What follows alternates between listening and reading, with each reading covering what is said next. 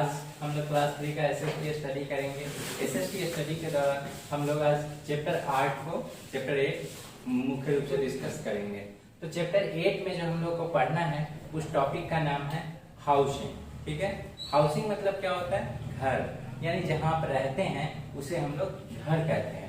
तो आज इस घर के बारे में हम लोग जानकारी लेंगे। इस घर के बारे में हम लोग जानने की कोशिश करेंगे कि हम लोग कैसे रहते हैं, कहाँ रहते हैं, घर कितने तरह के होते हैं, घर किसे कहते हैं, इन सब चीजों को जानेंगे। इसमें हम लोग मुख्य रूप से 3 टॉपिक पे डिस्कस करेंगे। फर्स्ट टॉपिक है हमारा नीड फॉर हाउस, यानी कि घर की आवश्यकता हमें क्यों पड़ती है।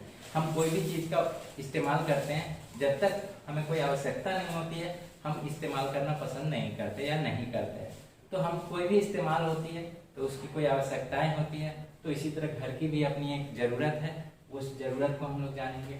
उसके बाद नेक्स्ट है टाइप्स ऑफ हाउस, यानी घर के प्रकार। घर कितने तरह के होते हैं, क्या हम जहाँ रहते हैं, हम जिस कल्चर में रहते हैं बस वैसा ही घर होता है या और दूसरे तरह का, इन सभी को जानेंगे। नेक्स्ट है एक गुड हाउस, यानी कि एक अच्छे घर का क्या स्टैंडर्ड है, यानी कि घर का एक मानक है। कहीं भी रहने की जगह को हम सिंपली घर कहते हैं, लेकिन क्या सभी घर वास्तव में एक मानक के मुताबिक होता है, एक स्टैंडर्ड के मुताबिक होता है? नहीं, कुछ में कुछ कमियां रहती हैं। तो कुछ घर बहुत एक्स्ट्राऑर्डिनरी रहता है, यानी आवश्यकताओं से भी अधिक, बहुत सारे सुख सुविधाएं उसमें होते हैं, तो उसे जानने की हम कोशिश करेंगे। लेकिन उससे पहले हम लोग कुछ कीवर्ड्स देख लेते हैं ताकि ये चैप्टर हमें सुगम लगे और आसान लगे। देखिए, सबसे पहला वर्ड है आपका प्रोटेक्ट। प्रोटेक्ट का मतलब होता है रक्षा करना या फिर बचाव। जैसे हम घर में रहते हैं तो हम मौसम से हमारा बचाव होता है, धूप लगता है तो हम घर में चले आते हैं, बारिश होती है हम घर में चले आते हैं, तो इस तरह से प्रोटेक्शन के लिए। नेक्स्ट है थंडर। थंडर मीन्स होता है, आप कभी कभी आकाश में बिजली चमकते हुए देखते होंगे, तो वो बिजली कभी कभी जमीन पे भी आ गिरता है, जिससे हम लोग ठनका या फिर बिजली गिरना कहते हैं। नेक्स्ट है हमारा डैमेज। डैमेज का मतलब होता है नुकसान, यानी कि कभी कभी कोई चीज आपका नुकसान हो गया, बर्बाद हो गया, या कभी काफी आंधी तूफान आता है, इससे घर क्या होता है, घर के शेड उड़ जाते हैं, तो उसे हम लोग डैमेज कहते हैं। नेक्स्ट है मड।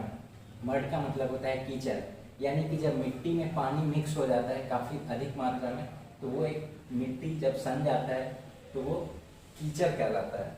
नेक्स्ट है परमानेंट। परमानेंट का मतलब होता है अस्थायी। And next temporary. टेम्पोररी का मतलब होता है अस्थायी, यानी कि जो अस्थायी नहीं। तो इस तरह से ये हमारा कीवर्ड हो गया। अब इन सारे कीवर्ड्स के बाद आप लोग इसको नोट कर लें। नेक्स्ट है, देखिए, नीड फॉर ए हाउस, यानी कि घर की क्या उपयोगिता है, घर की आवश्यकता हमें क्यों पड़ती है। अगर घर नहीं होता तो क्या होता। आज भी आप देखते हैं कि बहुत सारे लोग ऐसे होते हैं जिन्हें घर नहीं होता। कुछ बंजारे समुदाय को देखिए, कुछ आदिवासी समुदाय को देखिए, आज भी वे लोग अस्थायी रूप से घरों में निवास नहीं करते हैं, उनके पास अस्थायी घर नहीं होता। पहले आदि मानव होते थे, वो बेघर रहते थे, ऐसे ही बंजारों की तरह घूमते भटकते उनकी जिंदगियां कटती थी। तो आज हम जानेंगे कि घर की आवश्यकता वास्तव में क्यों है। देखिए, घर जो है वो एक फैमिली को एकत्रित रहने का एक जगह है। ठीक है, ये घर मुख्य रूप से हमें कई सारी चीजों से प्रोटेक्ट करता है, जैसे वेदर। फर्स्ट क्या है? वेदर, यानी कि हम लोगों को मौसम के कई सारे मौसम आते हैं। ठंड का मौसम होता है, गर्मी का मौसम आता है, फिर बरसात का मौसम होता है। तो इन सभी मौसमों से हमें बचने की आवश्यकता होती है। जैसे गर्मी के दिनों में अधिक धूप होती है, ठीक है, तो समर सीजन में क्या है कि धूप से बचने के लिए हम घर में रहते हैं, शेल्टर लेते हैं। नेक्स्ट है ठंड का मौसम, जब बाहर अधिक ठंड होती है, ठंडी हवाएं चलती है, तो ऐसी स्थिति में हम क्या करते हैं, हम अपने घरों में रहते हैं। नेक्स्ट है रेन, यानी बारिश जब होती है तो हम अपने घरों में रहते हैं। तो बारिश क्या करता है, हमें मौसम से रक्षा करता है, बचाता है। नेक्स्ट है टिप्स। देखिए, नेक्स्ट है कि कई सारे बेशकीमती सामान होते हैं हमारे पास, ठीक है, जैसे पैसे हैं, मोबाइल फोन है, टीवी है या और भी आभूषण है, तो ये सब काफी महंगे होते हैं। तो इन महंगे सामानों को भी हम क्या करते हैं, सुरक्षा के लिहाज से अपने साथ घरों में रखते हैं। तो कुल मिलाकर के थीव्स यानी कि चोरी से हमारे सामानों की रक्षा करने में भी घर हमारी मदद करता है। अगर घर ना हो तो फिर इन सामानों को हम खुले में रखेंगे तो इसे चोरी की खतरा है, ये चोरी हो सकता है। तो इस तरह से घर का ये नेक्स्ट उपयोगिता है कि ये चोरों से हमारी रक्षा करता है। और एबव ऑल कुल मिलाकर देखें तो क्या होगा, घर में हम सभी लोग एकत्रित रहते हैं, यानी सभी परिवार एक जगह रहते हैं, उसे हम घर कहते हैं। नेक्स्ट देखिए, नेक्स्ट टॉपिक है हमारा टाइप्स ऑफ हाउस। ठीक है, टाइप्स ऑफ हाउस का क्या मतलब है कि घर का प्रकार, घर कितने प्रकार के होते हैं। ठीक है, देखिए घर को मेनली आप दो तरह से डिवाइड कर सकते हैं। एक घर वो होता है जो परमानेंट होता है, ठीक है, परमानेंट यानी कि अस्थायी निवास। दूसरा होता है टेम्पोररी, टेम्पोररी। ठीक है, टेम्पोररी का मतलब अस्थायी निवास होता है। अस्थायी निवास में वैसे घर होते हैं जो घर बनाए जाते हैं और वो घर हमेशा वहीं पे रहते हैं काफी लंबे समय तक, जैसे पक्का मकान, पक्का हाउस।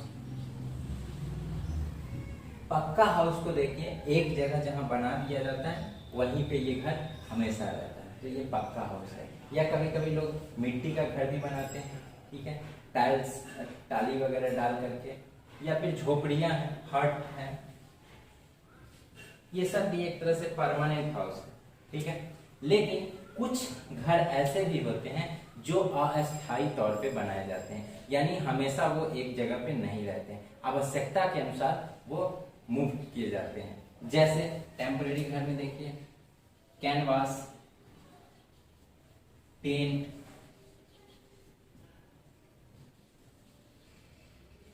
हाउस बोट,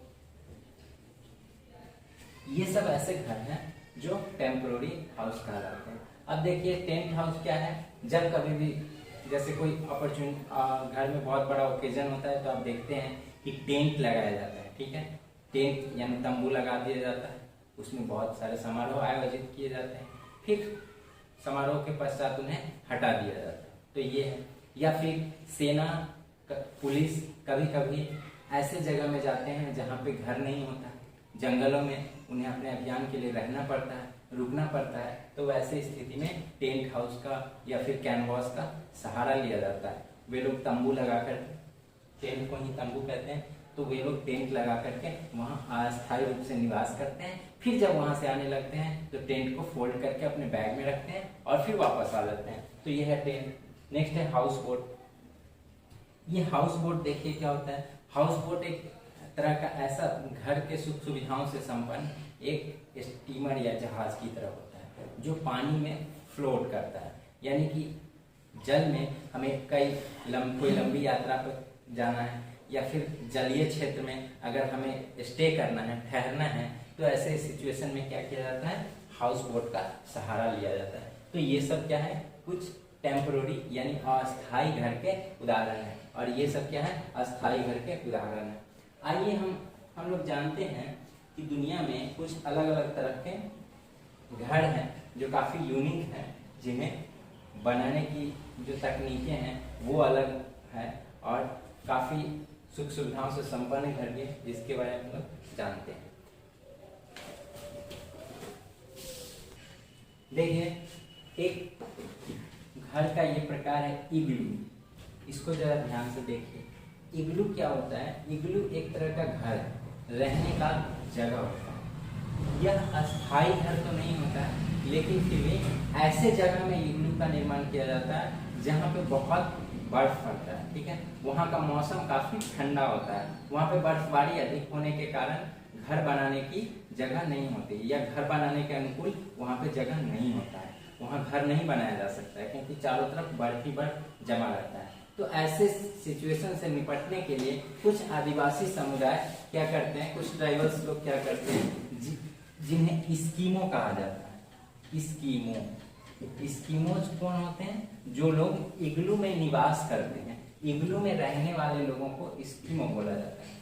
तो ये एस्किमोज लोग जो होते हैं ये बर्फ को खोद करके एक शेप दे करके और उस रहने लायक बनाते हैं और उसी में वे रहते हैं जब तक फेवरेबल मौसम होता है, तब तक फिर यहाँ से दूसरे जगह चले जाते हैं। तो ऐसे घर को इग्लू कहते हैं। नेक्स्ट है आपका मड हाउस। मड हाउस देखिए जनरली ऐसे जगह पे बनाया जाता है जहाँ पे पक्का घर बनाना पॉसिबल नहीं हो या फिर वहाँ पे सारे संसाधन इकट्ठे करना पॉसिबल नहीं होता है, वहाँ पे जनरली मड हाउस बनाया जाता है। या फिर मवेशियों के रहने के लिए लोग मड हाउस का निर्माण करते हैं। कहीं कहीं पे गरीबी के कारण सभी लोग सामान्य तरीके से भी लोग मड हाउस में निवास करते हैं। तो ये एक तरह से परमानेंट हाउस भी है यहाँ हम लोग रहते हैं। ये कच्चे चीजों से बनाया जाता है जैसे घास फूस और मिट्टी की सहायता से इसका निर्माण किया जाता है। नेक्स्ट है आपका टेंट।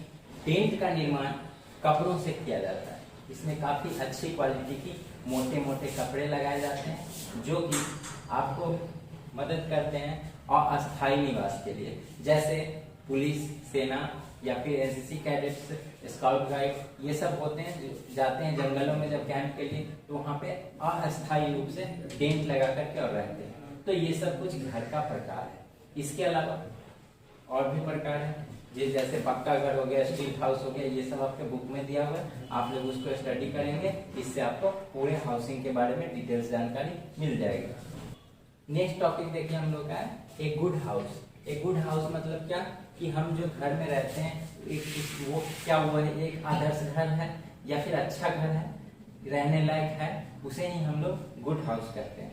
तो गुड हाउस के कुछ स्टैंडर्ड है, कुछ मानक है। अगर वो सारी सुविधाएं और सारे मानक के अनुरूप घर होता है तो उसे हम गुड हाउस कहते हैं। जैसे गुड हाउस का क्या क्या स्टैंडर्ड है, क्या क्या मानक होना चाहिए, आइए हम ऐसे घर के बारे में कुछ डिस्कस करते हैं। सबसे पहले तो है क्या कि क्लीनिनेस, यानी कि हमारा घर जो है, रहने का जो जगह है वो एक ऐसा जगह होता है जहाँ हमारा सबसे अधिक समय स्पेंड होता है, हम वहाँ पे सबसे ज्यादा समय रहते हैं। इसलिए घर साफ सफाई होना घरों में एकदम जरूरी है, नितांत आवश्यक है। इसलिए रहने की जगह को एकदम साफ सुथरा रखना चाहिए। सफाई के बाद नेक्स्ट है कि हमारे घर में क्या होना चाहिए, टॉयलेट होना चाहिए।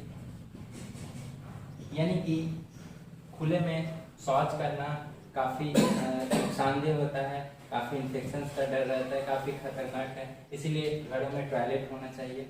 उसके बाद नालियां, ठीक है, सीवेज यानी कि जल निकासी का प्रॉपर प्रबंध होना चाहिए घरों में। जैसे हमारे घर में जो वेस्ट वाटर होता है उसे हम सही तरीके से, प्रबंधित तरीके से घर से बाहर निष्कासित करें, अन्यथा नाले का पानी गंदा होता है, इससे कई सारी बीमारियां फैल सकती है।